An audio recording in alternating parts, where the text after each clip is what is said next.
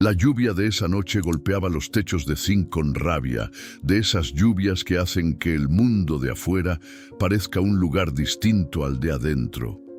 Y sin embargo, a las 11:15, había una mujer caminando sola por la calle más oscura del pueblo, cargando a un niño dormido contra el pecho, moviéndose con la manera de quien no camina, sino que aguanta, que pone un pie delante del otro no porque tenga fuerzas, sino porque detenerse sería peor que todo lo demás. Se llamaba Sara. Tenía 29 años, un labio partido que la lluvia le limpiaba y 3 costillas que algo adentro le decía que no estaban bien. Tenía también, sobre todas las cosas, a Mateo. De 5 años, fiebre desde hacía días.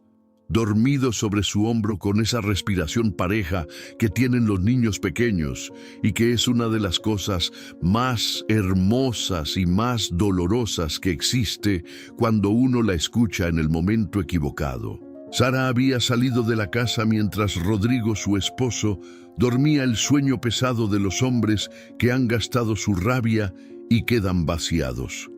La noche anterior, él le había dicho algo que ella no había escuchado antes, que si intentaba irse de nuevo, no iba a ser ella quien pagara.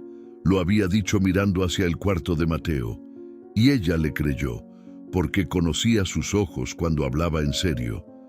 En el bolsillo de la falda llevaba un sobre. Lo había escrito escondida en el baño con el grifo abierto, 3 veces, hasta que le salió como quería. La casa a donde se dirigía tenía una sola luz encendida a esa hora. Doña Lucinda Paredes tenía 74 años y el sueño liviano de quien sabe que la noche trae cosas que el día no trae. Tejía hasta tarde en su corredor interior cuando escuchó algo contra su puerta. No eran pasos, era el sonido de un peso apoyándose en la madera, seguido de un silencio con una textura distinta al silencio normal de la lluvia. Abrió con la cadena puesta. Miró por la rendija. Quitó la cadena de inmediato. El niño estaba en el suelo del corredor, apoyado contra la pared, con una mochila pequeña entre los brazos y una cobija acomodada encima. Dormía con ese sueño pesado de los niños con fiebre. Tenía el cabello pegado a la frente y la piel pálida. Metido entre la cobija y su pecho, asomando apenas, había un sobre blanco. Doña Lucinda miró hacia la calle. La lluvia, la oscuridad, ninguna figura. Cargó al niño, lo metió adentro, le puso el paño húmedo en la frente. Luego tomó el sobre, lo abrió y leyó. Doña Lucinda la leyó 2 veces porque la primera vez el corazón le iba demasiado rápido para que las palabras se asentaran. Decía: «Señora, no la conozco, pero doña Petra, que fue su vecina, siempre dijo que usted era una buena persona. Mi hijo se llama Mateo. Tiene solo 5 años y el 3 de abril cumple 6. Le gusta el arroz con leche, los perros y que le lean antes de dormir.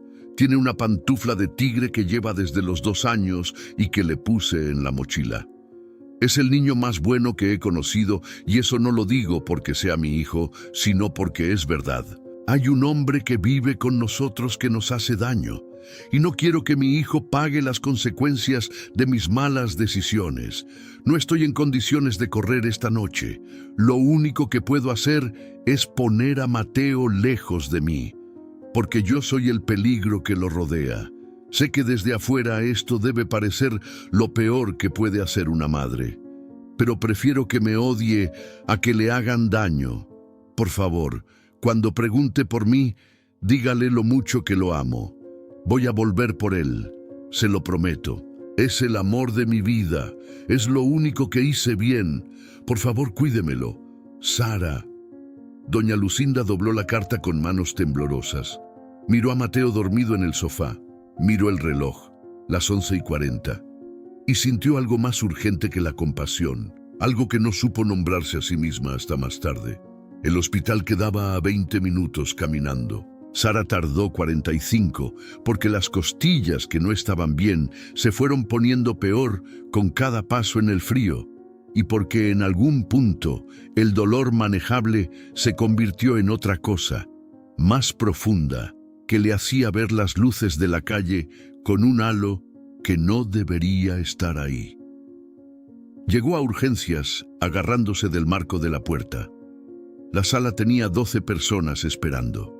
La enfermera le pidió el carné del seguro. Sara dijo que no lo tenía, que la habían golpeado, que algo en las costillas no estaba bien. La enfermera le dijo que se sentara, que el médico tenía 3 casos adelante. Pasó 1 hora, el dolor no esperó. Cuando el médico de turno salió al pasillo y la vio el ojo hinchado, el labio. Vio también las otras 11 personas en la sala. Le preguntó si había perdido el conocimiento. Sara dijo que no. Él tomó nota en su tablilla. «Siéntese», dijo. «En cuanto termine con los casos más críticos la atiendo. ¿Cuánto tiempo? Lo que se demore». Y ya estaba caminando de vuelta adentro. Sara volvió a la silla. Pasó otra hora. A la 1:20 el dolor llegó a un nivel que no había sentido antes. Algo más adentro de las costillas, con una presión que le dificultaba respirar y le ponía las manos frías. Se paró. Llegó al mesón. Dijo que algo estaba muy mal. La enfermera la miró. Vio su color. Pulsó el intercomunicador. Pero ya era tarde. Sara Ríos murió a la 1:52 de la mañana de un hemotórax que nadie había detectado a tiempo, que para el médico no había parecido algo crítico. Tenía 29 años. No había nadie en la sala de espera esperándola. Nadie supo esa noche que en una casa a 20 minutos había un niño de 5 años que iba a despertar sin su mamá. 3 días después, doña Lucinda fue con Mateo al hospital del pueblo. Había cuidado de él, pero al ver que su madre no regresaba y Mateo no mejoraba, decidió ir. El doctor Alejandro Mendoza llevaba 18 años en ese pueblo. Pero desde hace 3 días llevaba una sombra que nadie más podía ver, la memoria de una paciente que había muerto por no ser atendida a tiempo. Cuando doña Lucinda le dijo cómo se llamaba el niño, el doctor no se volvió de inmediato. Siguió secándose las manos con una lentitud que no era la de siempre. Luego preguntó, «¿Ríos?». Doña Lucinda asintió. Examinó a Mateo con más atención de la clínica. Cuando doña Lucinda le explicó lo de la carta, la mujer que había dejado al niño y desaparecido en la lluvia, el doctor salió del cuarto sin decir hacia dónde iba. Fue a su oficina, cerró la puerta. Sintió que le faltaba el aire, llamó a urgencias y cuando le respondieron, preguntó si la paciente que había ingresado 3 días atrás se llamaba Sara Ríos. Hubo una pausa. «Sí», dijeron. «Falleció a la 1:52. Hemotórax». No había nadie con ella. El doctor puso el teléfono sobre el escritorio con cuidado y se quedó mirando la pared. Sara Ríos, de solo 29 años, que pudo haber salvado esa noche. Y afuera, en el cuarto de al lado, un niño que se había quedado solo en el mundo por su culpa. Rodrigo Salas llegó al mediodía diciendo que era familiar del niño. El doctor Mendoza salió al pasillo. Los dos se miraron. El doctor no tenía ninguna característica física que intimidara, pero había algo en cómo se paró frente a él esa tarde que no era la postura de un médico haciendo su trabajo. «El niño no va a ningún lado con usted», dijo. «Usted no tiene autoridad para decirme eso. Es mi paciente y hasta que no esté seguro de que usted es familiar del niño, no lo dejaré verlo». Esa tarde llegaron las autoridades con una orden basada en la carta que doña Lucinda había entregado, en el testimonio del médico y en un historial de consultas que el doctor había solicitado de 2 puestos de salud distintos y que contaba, en el lenguaje seco de los expedientes, la historia que nadie había querido leer completa hasta ese día. Rodrigo Salas fue detenido. El proceso fue largo y hubo momentos en que parecía que el sistema iba a doblarse. El doctor Mendoza fue a cada audiencia y doña Lucinda, que tenía 74 años y nunca había pisado un juzgado, se sentó en la primera fila de cada sesión con su cartera sobre las rodillas y esa manera de estar de quien ha decidido cuidar lo que se le encargó. Rodrigo fue condenado y encarcelado. Días después, el doctor Mendoza fue a hablar con doña Lucinda. Se sentaron en el corredor, con el café que ella servía siempre demasiado caliente. Mateo estaba en el patio con una lagartija a la que había puesto nombre. «Quiero hacerme cargo de Mateo», dijo el doctor. «No provisionalmente, de manera permanente». Doña Lucinda lo miró con seriedad. «¿Por qué?». El doctor le contó todo, sus prisas que no dejaron priorizar la situación de esa pobre joven, su afán por querer acaparar y ayudar a tantos pacientes a la vez que entorpecieron su desempeño como médico, comprometiendo la vida de Sara. «Con la culpa y ayuda no le está devolviendo la mamá al niño», dijo doña Lucinda. «No lo sé, pero necesito hacerlo. Esa misma tarde inicio los procesos legales para poder adoptar al niño». Mientras tanto seguía cerca de él, visitándolo, llevándole libros, juguetes, ropa y ayudando en lo que podía a doña Lucinda para que ambos estuvieran bien.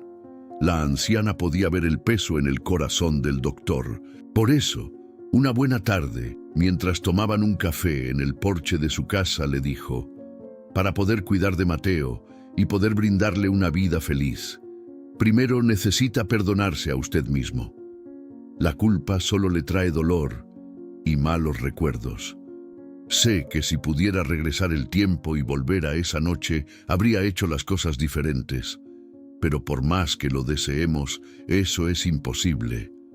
Usted es un buen hombre, lo veo en sus ojos, y sé que merece una vida plena y feliz, al igual que ese niño».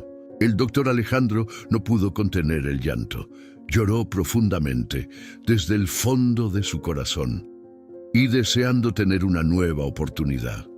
Un par de semanas después, el proceso de adopción terminó y Alejandro pudo llevar a Mateo con él y llamarlo legalmente su hijo. Cuando Mateo cumplió 8 años, Alejandro le leyó la carta de Sara a Mateo. Se sentaron en el corredor de la casa que daba a un jardín pequeño que el niño había empezado a poblar de plantas con el consejo de doña Lucinda, que lo visitaba los domingos. El doctor leyó despacio, con la misma voz con que leía antes de dormir, que era una voz que Mateo ya conocía. Cuando llegó al párrafo de la pantufla de tigre, el niño miró hacia sus pies, donde la pantufla seguía puesta, aunque ya le quedara apretada y el tigre hubiera perdido un ojo. Cuando llegó al cuídemelo final, el doctor tuvo que detenerse un momento antes de poder seguir. Terminó. Le entregó la carta. Mateo la tomó con las 2 manos y la apretó contra el pecho, igual que había apretado la mochila aquella noche en el corredor de doña Lucinda. «¿Sufrió mucho?», preguntó en voz baja. «Sufrió», dijo el doctor, con lágrimas en los ojos. «Pero también hizo lo más valiente que he visto hacer a nadie. Caminó bajo la lluvia con las costillas rotas para ponerte en el lugar más seguro que encontró. Eso demuestra lo mucho que te amaba». Mateo no habló durante un rato. Luego preguntó si podían poner una planta en el jardín para ella. Esa semana compraron una con flores amarillas. Doña Lucinda, consultada por teléfono, dijo que era de las que florecen todo el año, que no necesitan que el clima sea perfecto. Mateo consideró esa información con seriedad. «Esa es», dijo, y la plantaron juntos, en el rincón donde mejor daba el sol, con esa tierra oscura que huele a algo limpio cuando uno la mueve con las manos. Sara no abandonó a Mateo. Lo puso a salvo con lo único que tenía: una carta, una anciana de buen nombre y la fe de que Dios iba a hacer algo con lo que ella no podía hacer sola. No alcanzó a ver que funcionó, pero funcionó. Quizás de manera extraña o dolorosa, pero Dios actúa de maneras que no alcanzamos a comprender. El doctor Mendoza no podía cambiar lo que pasó antes. Nada lo cambia.